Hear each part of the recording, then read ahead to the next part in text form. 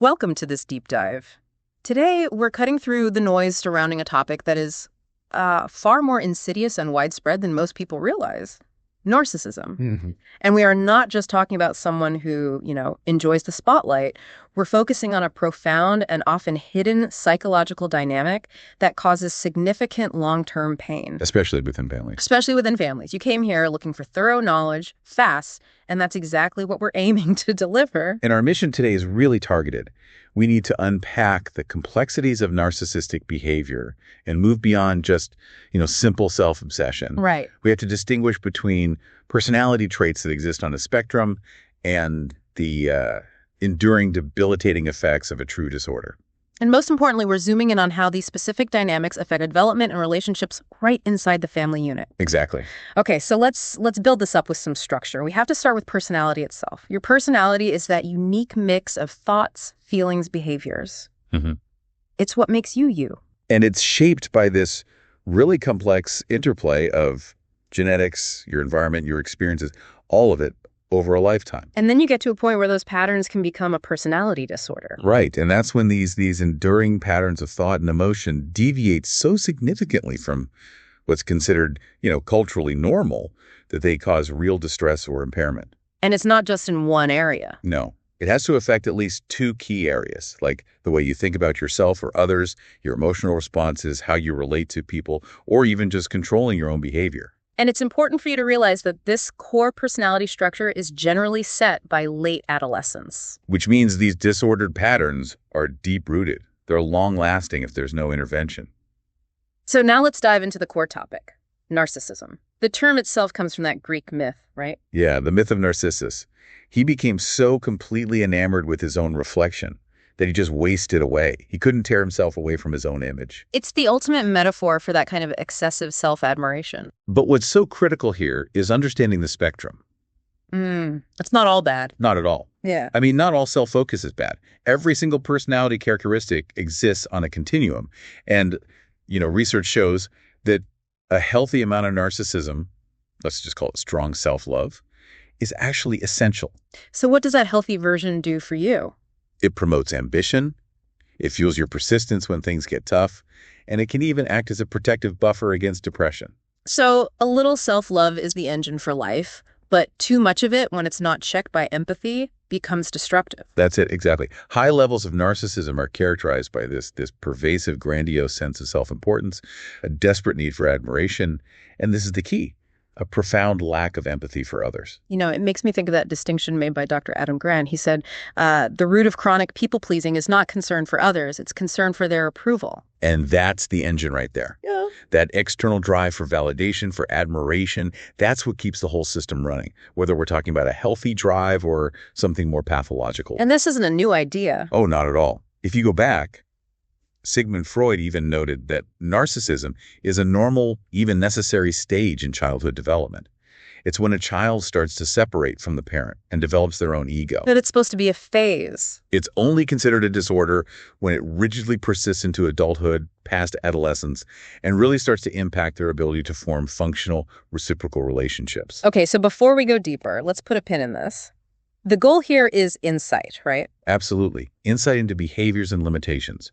We are not diagnosing or labeling anyone. Understanding the mechanisms is the key to you developing healthy coping skills for yourself. And here's where it gets really, really tricky, because the toxic paradox of narcissistic personality disorder, or NPD, is how hard it can be to recognize, especially in a family. I mean, overtly toxic people are generally easier to spot and maybe avoid, but those with NPD are often covert. They're hiding in plain sight. They create this incredibly powerful facade for the outside world.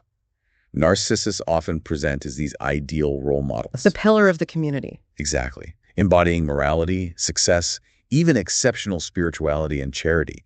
They earn this massive admiration from society, and that glowing public image is their primary tool of control. And the family is where the mask comes off. Yes. Beneath that charming, philanthropic exterior, they can be emotionally abusive and profoundly toxic to those closest to them. Leading to severe trauma, especially for the kids who are just trapped in that dynamic. That contrast, the public idol versus the private abuser, is what defines the whole pattern. If we look at the defining behaviors, you see this constant theme of preserving the facade and maintaining control, Like that inflated sense of self-importance you mentioned. paired with that very visible facade of spirituality, religion, or charity. And their need for control is just absolute. It shows up as constant micromanagement, this deep-seated lack of trust in anyone else. Which naturally leads to meddling. They are relentless in offering unsolicited advice, but they show this extreme irritation, even rage, at any feedback given to them, So they're extremely critical and judgmental of others. but are completely unable to accept criticism themselves, not even the smallest thing. And what else defines this pattern? Well, there's that defining lack of empathy, the inability to emotionally understand or share what others are feeling. They are constantly seeking attention and praise to prop up that grandiose image. I've seen that. They dominate conversations, always acting like they know everything. And they have this chilling willingness to lie and shift blame in a split second to protect their image. But perhaps the most heartbreaking trait, especially in a family, is their intense jealousy towards anyone seen as better. Even their own children. Even their own children, when they succeed. That is a staggering list of behaviors. So if we step back, why? How does a personality develop these patterns and cross into NPD?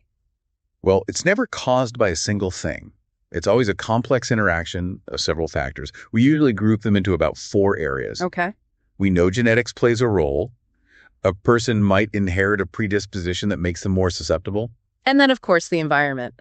Childhood experiences often lay the groundwork for this. Right, and it can come from either extreme, helicopter parenting that puts the child on a pedestal, or on the flip side, overly critical parenting, neglect, abuse, or just a constant lack of empathy from the caregivers. So there are genetic and environmental factors. What else? Then we get into the more technical side. We call them brain abnormalities. Studies have shown subtle differences in brain structure for individuals with NPD. Like what? For instance, some research points to reduced gray matter in the anterior insula. That's an area of the brain linked to emotional regulation and empathy. So the physical ability to process empathy might actually be compromised a bit. It might be.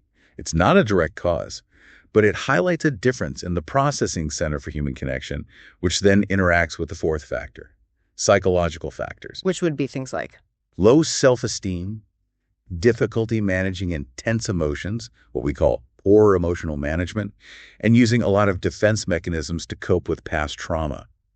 It's crucial to get that the grandiosity is often just a huge shield protecting a tiny core of deep insecurity and shame. Okay, let's pivot now directly to the effects on the family. It's such a tragic irony that the narcissistic behavior is rooted in their own insecurity, yet they just transmit those same anxieties to their family. They do.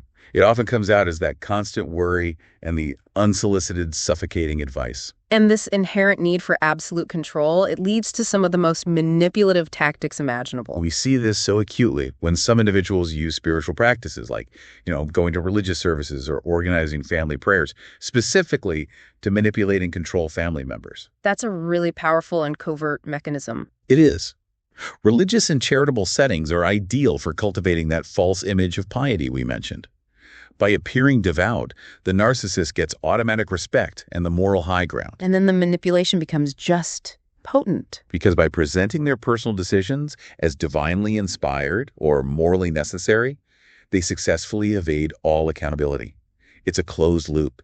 It instills fear, it undermines independent thought, and it completely stifles the personal and spiritual growth of everyone around them. It just shuts down critical thinking immediately. There's a fascinating historical context to this. Oh. Some ancient Christian traditions actually discouraged spontaneous public prayer by the laity, partly to ensure the occasion stayed spiritually focused. And couldn't be misused as a tool for personal manipulation or to advance a private, controlling agenda. Exactly. And this constant environment of tension and control creates massive damage. Psychologically, the constant criticism leads to drastically reduced self-worth, chronic anxiety, depression. In severe cases, you see PTSD-like symptoms from the abuse. Emotionally, family members just live in this state of chronic stress from constant vigilance. They call it walking on eggshells, always waiting for the next outburst. And then there's the crippling reality of gaslighting. Where the narcissist twists and denies reality, intentionally making the victim doubt their own sanity. And that's on top of relentless emotional neglect and just dismissiveness. And relationally, the impact is devastating. It creates severely strained family bonds and then profound difficulties in forming healthy relationships later in life. Issues with trust, intimacy, setting boundaries, it all stems from that early environment. That environment profoundly shapes a child's entire concept of themselves. The parents' need for admiration and control often drives them to deliberately incite rivalry among their own children. Yeah, they see the children as extensions of their own ego, not as separate people. This is often done through things like overt favoritism, idealizing one child, using another as a scapegoat, which just breeds resentment. And something called triangulation. Yes, using a third party, usually a sibling, to manipulate the dynamic and sow this deep, lasting distrust between them. They might even just spread falsehoods or misrepresent things that happen to create conflict and make sure the kids never team up against them. You know, it reminds me of that quote from Jill Blakeway. She said, "When a toxic person can no longer control you, they will try to control how others see you. The misinformation will feel unfair, but you stay above it." And that manipulation continues long after the child leaves home. And the consequences in adulthood are so significant. You see serious mental health challenges, anxiety, depression, attachment issues. Their fragile self-image messes with decision-making in their career, their relationships, their finances. They often struggle with what you called emotional dysregulation. That's the difficulty in managing intense emotions, and it's a direct result of years of walking on eggshells and having your emotional reality constantly denied. And that sibling rivalry that was encouraged, it just devastates those bonds. It can lead to lifelong resentment, estrangement. And a real struggle to develop basic cooperation and teamwork skills. There's that old maxim, a child is grown by the company it gets. The environmental impact is undeniable. And it becomes generational. That's the ripple effect. Children raised in these dynamics may, sadly, internalize these things and develop narcissistic traits themselves. The lack of empathy gets passed down if the cycle isn't broken. And what makes it so much worse is the secrecy. The ongoing damage is often completely hidden by the narcissist's respected public image. So when these adult children struggle, society often just blames them for their personal failings, completely overlooking the trauma of their upbringing. Okay, so if you're listening and you recognize these patterns in your own life, the focus has to shift, right? It has to shift entirely to self-protection and healing. Changing a person with NPD is extremely rare, but focusing on your own well-being is absolutely essential for breaking that negative cycle. Which means setting boundaries. And that sounds simple, but it is probably the most challenging and emotionally painful thing a person can do. It is. Setting firm boundaries with a narcissistic family member brings up immense guilt, fear of their explosive wrath, fear of them withdrawing love. Or even fear of being judged by the wider community who still sees this person as a saint. Despite all of that emotional turmoil, establishing boundaries is a necessity. It is not an option if you want to protect your mental and emotional health. And this might mean making alternate arrangements for their care to ensure you're no longer their sole source of narcissistic supply. And in managing the interactions you can't avoid, the goal is distance, non-engagement. Stay calm. Stay collected. Don't get drawn into their drama. Don't take their bait. Ignore the provocation, change the subject, or just physically walk away if you can. There's a practical technique for this, isn't there? Yes, it's often called gray rocking. You make yourself as uninteresting as a gray rock. You respond to their bait with minimal, factual, boring answers. No emotional reaction, no validation. It denies them the conflict and attention they're looking for. Exactly. And crucially, you must stop blaming yourself for their behavior. Understanding the roots of NPD, the genetics, the trauma, that can give you context, but it never, ever excuses harmful actions. Your focus has to be on self-care. So what's the core takeaway for you listening right now? The core takeaway is that recognition of these traits, particularly that covert manipulation and the dynamic of emotional abuse, is the essential first step. It's the first step toward self-protection, toward healing, and toward building your own lifelong resilience. For anyone wanting to explore this further, we strongly recommend the work of Dr. Ramani Durvasula. She's a renowned expert and offers incredible insights through her books and videos on healing from these relationships. And of course, foundational resources from the National Institute of Mental Health and the American Psychological Association can also provide excellent clinical overviews. So we'll leave you with a final thought to mull over. If a toxic person attempts to control how others see you by spreading falsehoods or manipulating the narrative, how can you remain grounded and trust that the truth of your own integrity and your own resilience will ultimately prevail?